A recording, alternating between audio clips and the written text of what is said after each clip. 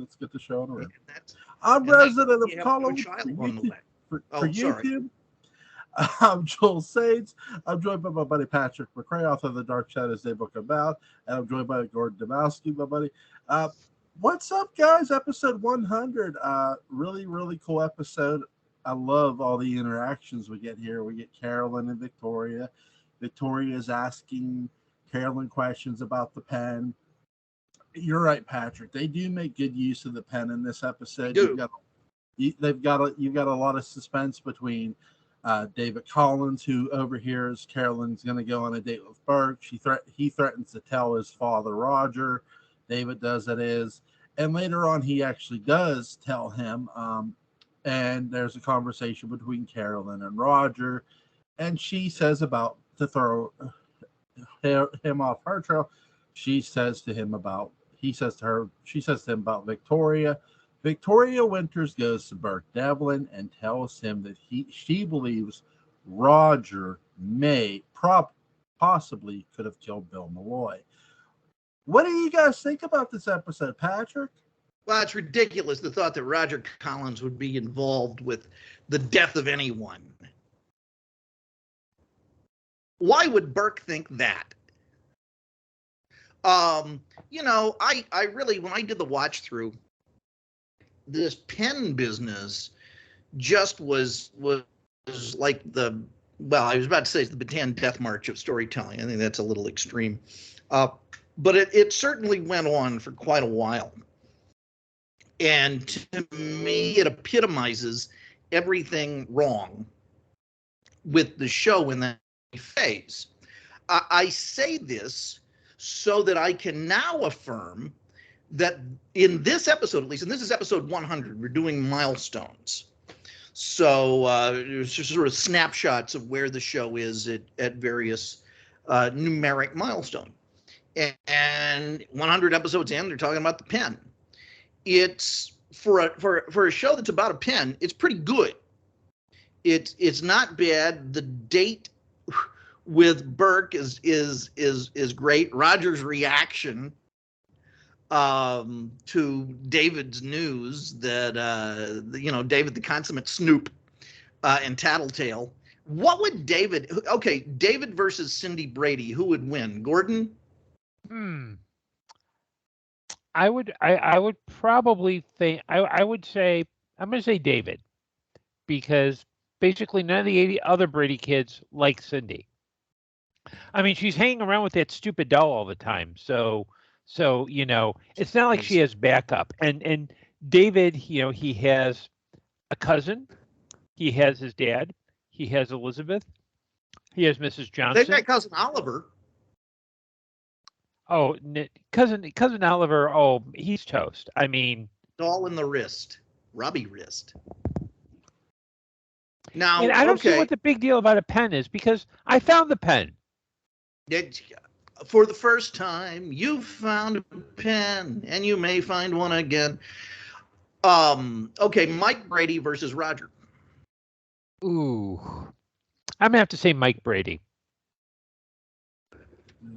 Okay, because Roger can Mike would have covered his tracks better from killing that guy at the wheel. Because I'm sure Mike Brady killed a number of men drunk driving around Los Angeles. Yeah, in that big car. And the other thing is he's got to deal with Florence Henderson, he has to deal with Carol, has to deal with Alice, and those 6 kids, those 3 daughters, the 3 sons, the dog, cousin Oliver. Mike Brady he's got that killer look in his eye. You know what I mean? Is it just me, or would Alice have beaten the crap out of Mrs. Johnson?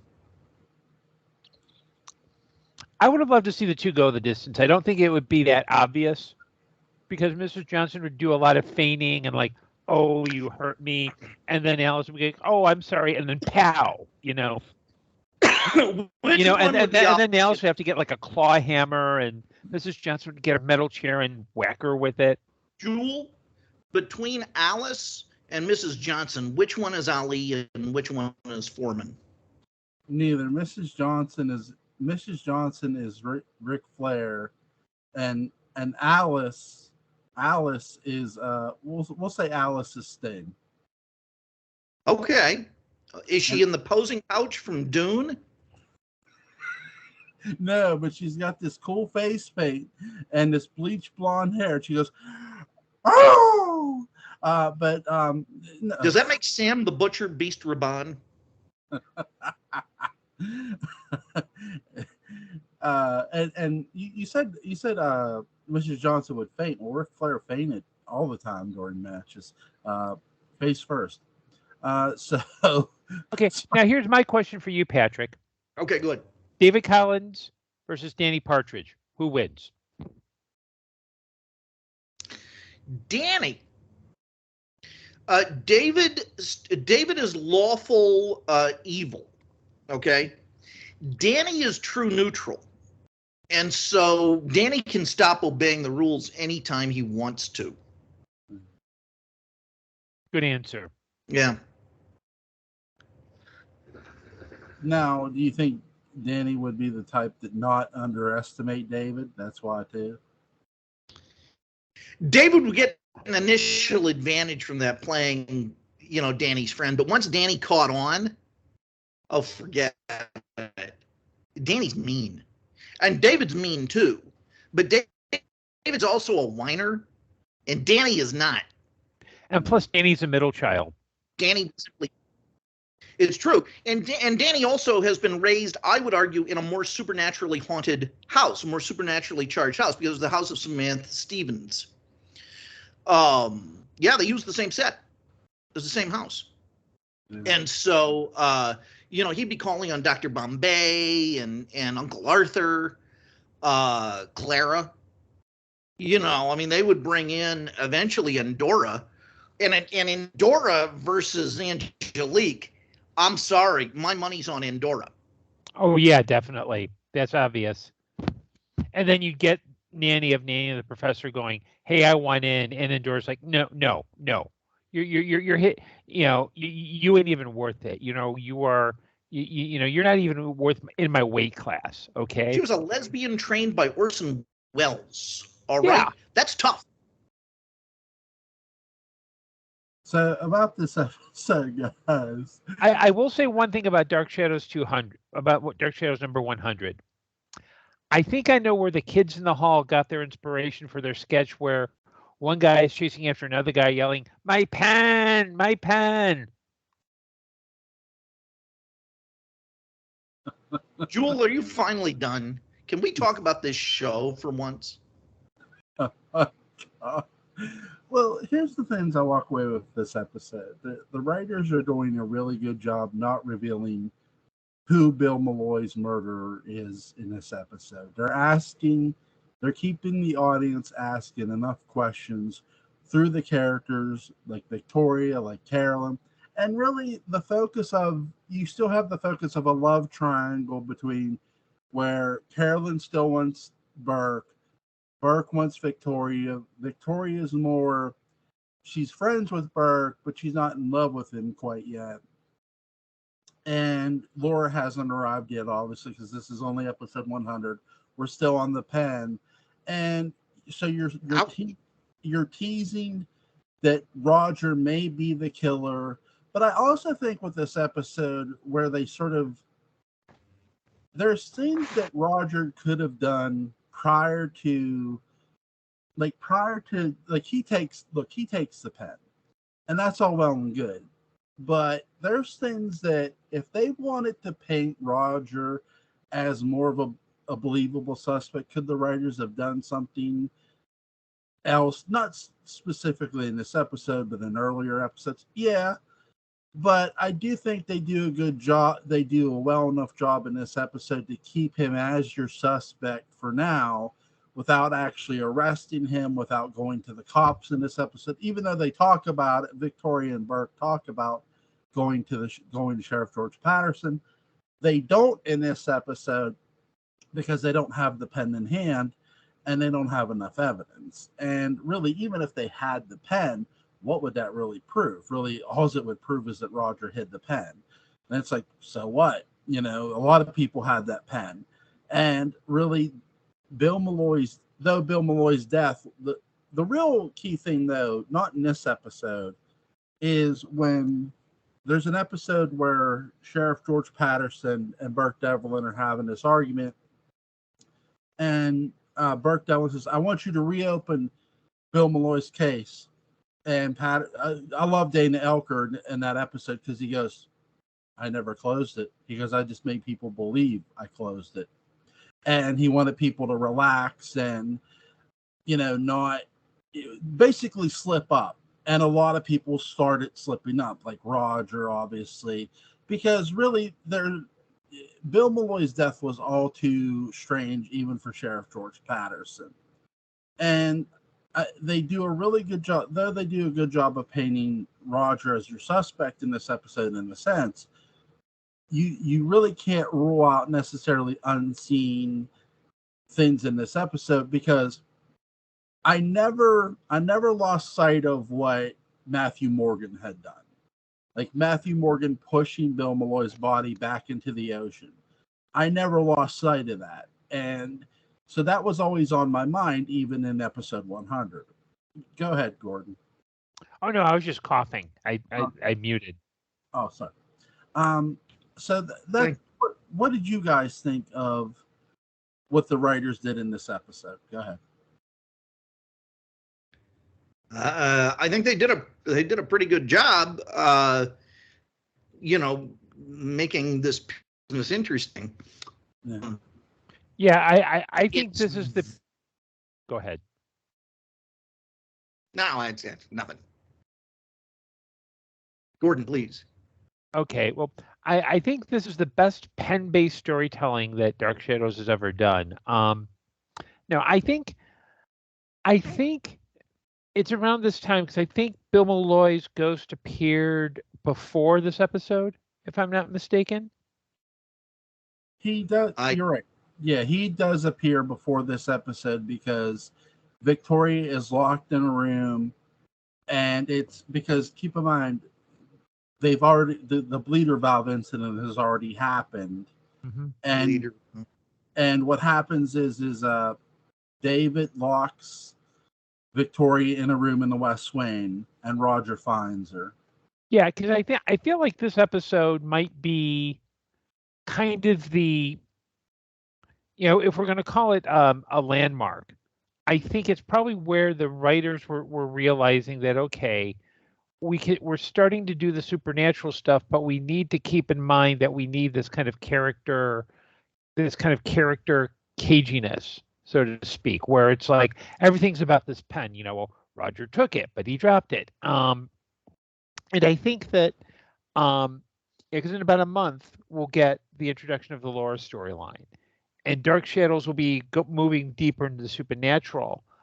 But I think what makes Dark Shadows different than, say, any other television with, say, monsters and supernatural stuff is that it has that kind of, the characters are actually doing something and they have agendas. When we talked about episode 873, was it 873 or 202? We were talking about how eventually, Jewel kept, it was 873 because Jewel kept flash forwarding to Charles Delaware Tate and how crafty that was. But I think here it's where the writers are kind of going, okay, we're going to go into the supernatural thing and we're not quite sure, but at least we need to remember this piece. So it's not, it's not classic television, but it is kind of a way to kind of go, okay, maybe this is where we can stay level-headed for a bit, because we know we're going to go into another storyline that's going to get really weird.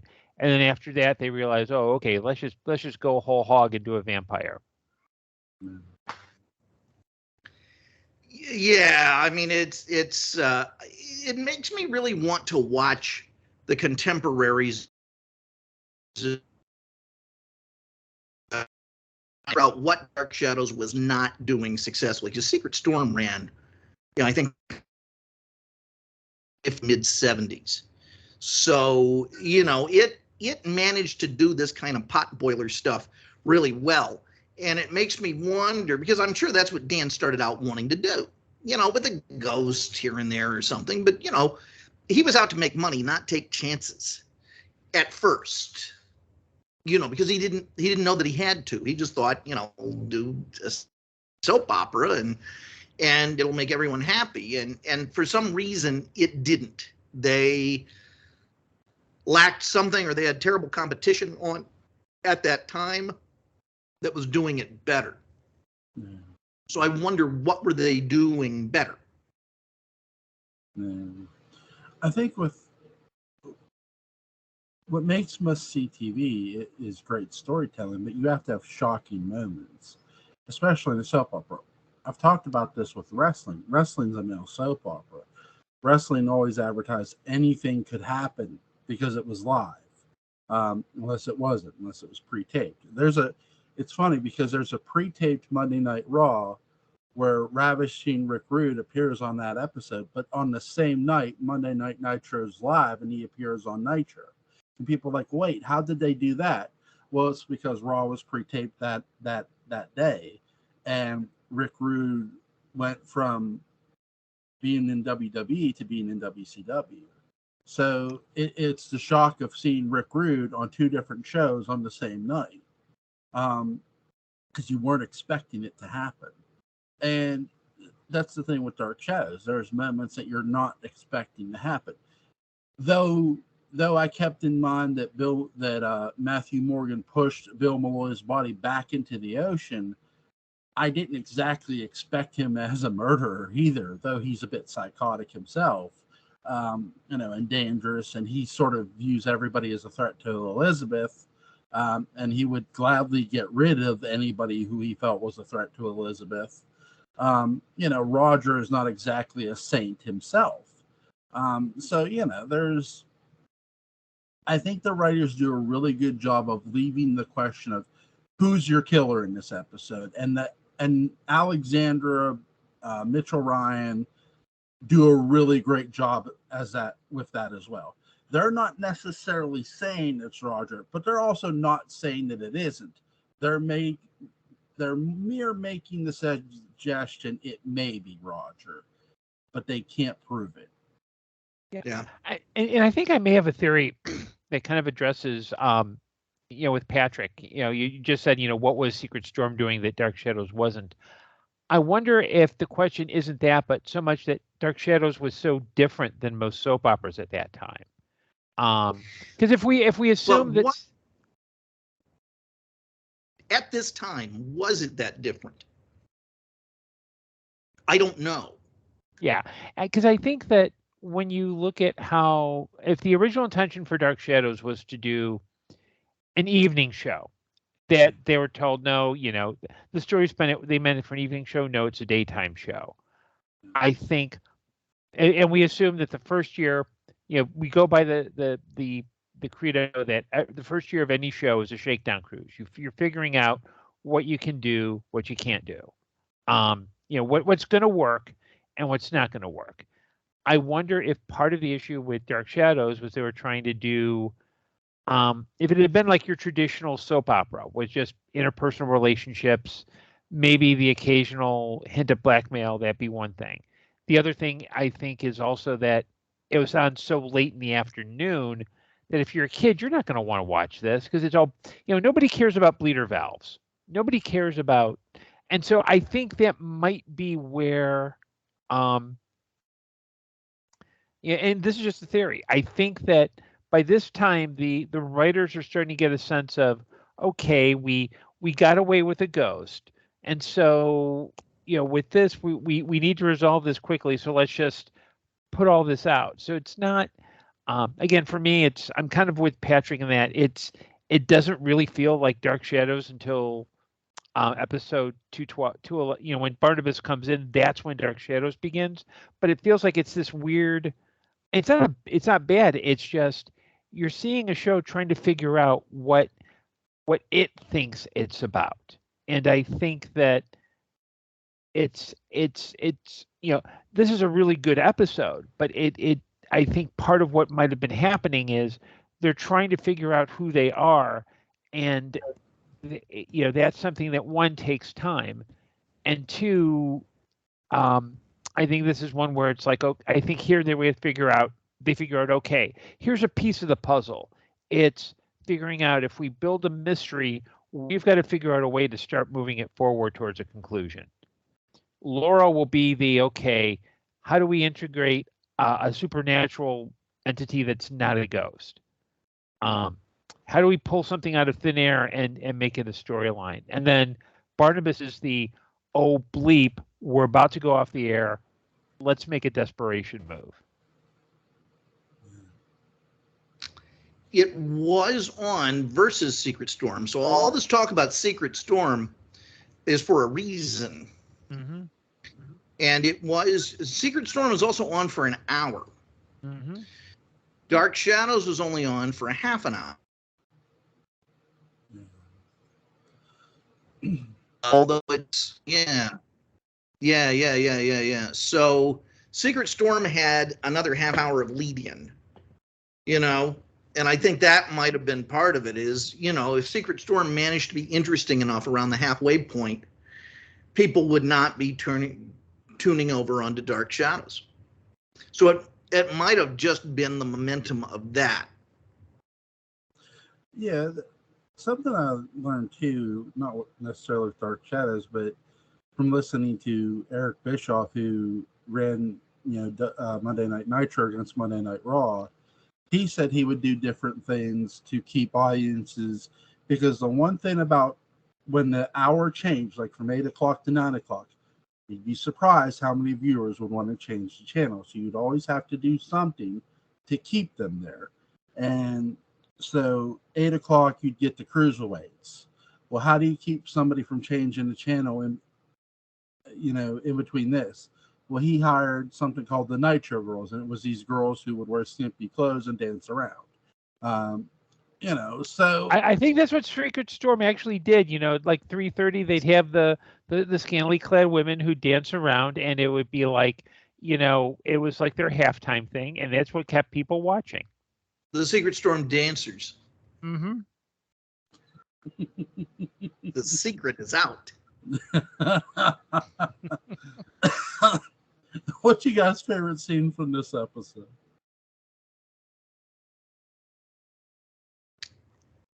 Gosh, probably the date, the Carolyn Roger date. Yeah, or Carolyn Roger date, the Carolyn Burke date, where a version of the Burke Devlin special is being prepared but doesn't quite get served. Yeah. Mm-hmm. Gordon? Yeah, I'd have to say the date. Maybe the Roger David confrontation, because you just realize these are two just garbage human beings. Roger is not the Roger we know post Barnabas. He's kind of like, yeah, kid, go away, and David's like, hey Carolyn, I'm gonna tell Dad that you're going to Burke. So yeah, it's like garbage human being, garbage human being with his garbage human being son. There, I said it. Fight me. I'm not, but now, Jewel, you have something valuable to say, and I will hear a recap of it. I actually have a recreation of the pen. Cool. Hang on. Cool. Ladies and gentlemen, I'm just here to tell you that yes, for the first time on Resident of Collinwood, we will have pen-based content. Stay in your seats. Shh. Very quiet. Shh. Keep down. You might want to go get some water, because man, it's going to be on fire. I mean, this is going to be, and I just want to say, I've seen many things in my lifetime. I have seen Jonathan Frid perform in front of an audience at the 1995 Dark Shadow celebration. Cool. I have seen a woman belly dance dressed up as a Wookiee. I have seen things that you would not believe, but you will actually be surprised. Patrick shows you. I was wrong. Instead, I got my delivery from Taco Bell. Continue. Oh, it's a good thing we're not in smell-o-vision anyway. One of my favorite things about this episode is the fact that, episode 100, you're still getting good character building and good character quality. Dark Shadows never let up on their character quality. And the one thing I appreciate most is the actors and the actresses' chemistry, not just by episode 100, but how just well everyone's clicking along. And you're getting the basis for how each character is. even if you like missed episodes, you could tell that David is a bad kid, that he's not a good person, that Roger's No, he's just misunderstood. yeah, he's just misunderstood, that Roger's not a good person. He's just misunderstood. Yeah, he's too. misunderstood. What's your wife's take on this, Julie? What do you think? About Roger Collins, David Collins, Victoria Winters, Bert Devlin. Any take or no? It takes too long for me to tell. It takes. I think David acts the way he does because of his dad. But yeah, his dad's not a good person. Yeah. He's not a good parent. He kind of sucks at the whole parenting thing. So, I mean, there's Yes. that. Yes. But the rest of it, that's too much to get into. Yep, and I think if Dark Shadows establishes one thing very well is that Roger Collins is a garbage parent. Yes. He is. Yes. Yes. And I I think would be what was that? just saying. I would be worse. I'd be a worse parent. No, you would be better. I think At least know how to make a sandwich. I don't think Roger Collins knows how to make a sandwich. that's what Taco Bell. Okay. What, well, Roger made a sandwich? Is that what you're saying? I thought you were eating a sandwich. No. I'm sure Roger occasionally wanted Bert to help him make a sandwich, but that's neither here nor there. No, I talk about whatever. He knows how to get food. Roger just would be like, with this episode, I really just enjoyed the characters in general. I really enjoyed everyone's performance in this episode. Burke is a smooth SOB, and he just shows it even more in this episode. But he also shows the restraint to not completely turn Roger in or go to the cops. He's being very patient, and I think really the reason he's being very patient is because he knows that the sheriff is still investigating Bill Malloy's death, and he wants to give him something actually concrete to go off of. Well, Bill Malloy went off not concrete, but rock. But You know what I mean? But that's one of my favorite things about this episode is the fact that the characters are very believable and they just come across as very real and sincere. Carolyn and Vicky get kind of catty at the beginning. Yeah, they did. It's kind of fun. I did enjoy that.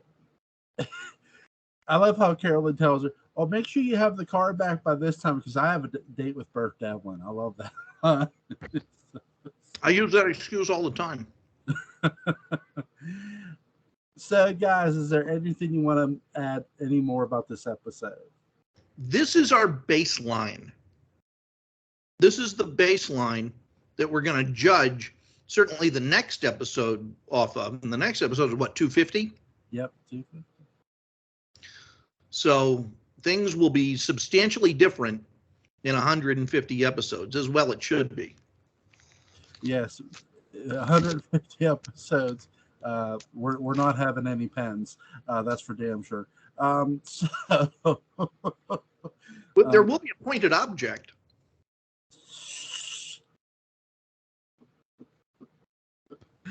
Oh my god. What's your favorite? Here's a question for you guys. Before they go back, what's your favorite pre-1795 moment? Yes. Pre-1795. Well, I would say 364, 365, which is Sarah's visit to Barnabas, which for me, as I've talked about, is the Rosetta Stone for so much of the show. So I would say that's a really fantastic episode. Gordon? There are so many moments, but I'm going to go to Barnabas's speech in 211, where he's just talked to David in the old house, and he's talking to the portrait of Josette, and he's talking about how he's made it back. He's now something that even his father loathed, and that he's alive, and that he's ready to regain the life that he never had. And I'm paraphrasing the speech. I think that is maybe one of the 2 or 3 greatest pieces of television where an actor not only says, "Hey, I'm going to play this role," but he says right there, "I am owning this." Yeah, Mm-hmm. absolutely. For all of nervousness, for all of his nervousness and reluctance to play the part and confusion and so on and so forth, boy, Jonathan Frid just owns that. Well, he's a pro. I mean, this really was a guy who's like I'm sure that at some point in his career, he did a job just for the money. And I'm not talking Dark Shadows, but is probably a crap role that he didn't want to do, but he needed to pay his mortgage. He would deliver that role with the same passion as he would Barnabas or Shakespeare or whatever other role he played on the stage.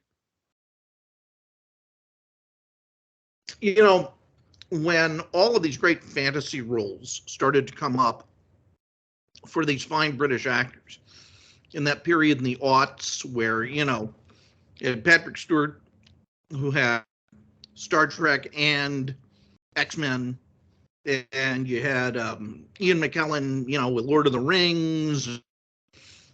Derek Jacobi tried with the Pullman books. And all of them said, if there's not Shakespeare out there, this sort of text at least gives us the same kind of language and stakes and oomph, maybe not language, but stakes and oomph and size and poetry that we're not going to get anywhere else. Ian McKellen was in the Shadow movie with Alec Baldwin. He was. He plays the dad. Yeah. And he's very funny hypnotized. Yes, he is. Yes, he is. His daughter is psychic, by the way. She has telekinesis. Really, really good. I like how they did that. Who was Howie? Huh? Now, wait, who's Howie? We were talking about the doctor's daughter. Yeah. And we're talking about the doctor, played by Ian McKellen. Now you said Howie did it. No. I like how they did it. How they made Margot Lane like she had telekinesis. They made her like she was able to read the Shadow's mind, which I liked. I like how they did it. But you couldn't see that thing with the gun. Anyway. Or 30 Rock. Didn't see that. Or You Selfish Little Pig. All of those things. All of Alec Baldwin's greatest hits. Mm-hmm. Oh my god! But yeah, he couldn't see Alec Baldwin. Oh wait, that was before. But today she couldn't see Alec Baldwin. Playing second fiddle to Michael Keaton, but that was before The Shadows. So. Oh, that was. Now I have a theory about that. I really do. I have a theory, and I think they went to Tim Burton, Warner Brothers, and said, "You know what? We don't know what to do with this Sam Hamm script." And who is Sam Hamm? Why do we keep referring to him like it's a big deal, like people will notice? We got this Batman thing. You made Beetlejuice. It was unlikely. Just make Batman. Just get it over with. Make him happy. And there's that guy in Beetlejuice. And he's perfect for Batman.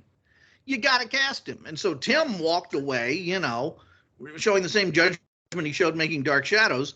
He walked away thinking, okay, great. And he cast Michael Keaton and announces it, and Warner Brothers goes nuts. And they said, "What are you thinking? We were talking about Alec Baldwin. He's perfect for the part. What were you thinking? I mean, I wouldn't cast Michael Keaton to play Chief O'Hara's, nephew. What's going on here?" And now it's already in the press. Can't take it back now. Gee, thanks. I really think that's how that happened. Just my theory. Good. Who would you pick to write and direct a Batman movie? I would team up Ezra Miller and Armie Hammer. No, I'm just kidding. What a terrible, terrible group of people. Now or in 1989? Now, what would you do now? To make a Batman movie.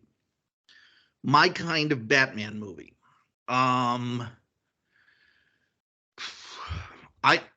Is Robert Zemeckis still working? Mm-hmm. Yeah, I'd hire Zemeckis. I would get a real Neil Adams style Batman. Gordon? I think we have too many Batman movies. I'd want to give Batman a rest for a while. BM fatigue is what they call it. Yes, there needs to be another Shadow movie in soon. But Joel, who did you get? Well, my pick for the Shadow for a Shadow movie would be John Carpenter. My pick for a Batman movie would also be John Carpenter. But anyway, I get the feeling that no matter what, the answer is going to be John Carpenter. It's like, hey Joel, if you're casting Reese Witherspoon and Ryan Gosling in a romantic comedy, who would you hire to direct? John Carpenter. The Meatballs. Do you know what happens when you have that mentality? You get Memoirs of an Invisible Man. Because it wasn't John Carpenter who in that movie, it was Chevy Chase. There, I said it. See, here's the thing. Sam Raimi, actually, I really like Sam Raimi as a writer and a director. He had a script for a Shadow movie. Mm-hmm. And well, things happened, and instead of being able to do that movie, he turned that script into Darkman, which is a movie we're going to end up discussing soon. But by the way, I watched Circle of Iron, Patrick. Really, really good movie. So I just think that decisions get made, and there's reasons that we don't have more pulp movies, and we have too many Marvel DC movies. Gordon, what's your thought on why don't we have more pulp movies? I think, well, there's a couple of huge factors. First off is that when you're talking about three characters specifically, Doc Savage, the Shadow, and the Avenger, they're owned by Condé Nast, and they have. A friend of mine works for Condé Nast, Jewel. He's working on that. And Condé Nast has a very interesting way of licensing their characters. So there's that. A lot of characters, if you're talking about characters like Tarzan and Zorro, you're dealing with the estates with Tarzan, you're dealing with the Edgar Rice Burroughs estate, and they're relatively easy to get along with. With Zorro, technically the character is public domain, but there's a company that right now that's in litigation because there's a company that claims that they own the rights, and it's like, well, how can you own the rights to something that's public domain? So it's kind of tricky. I think a lot of other pulp characters are either too obscure where you couldn't do it, or they're I think there's this perception that in order to do pulp movies, it's like everything has to be 1930s. I also think too, it's just the market is so saturated with the idea of superhero movies and cinematic universes and everything else that it's like, how do you? It's not that I don't think there's a hunger for it. I think the perception is it's basically would appeal to white dudes over 40, and it's ideal audience. Mm-hmm. Oh, I saw Indiana Jones today. Speaking of which, yeah, the Dial of Destiny. What did you think? I thought it was really good. Mm-hmm. I don't understand all of these, red pill Republican boys getting all their panties in a bunch over this movie or about Phoebe Waller-Bridge, who's charming in the film.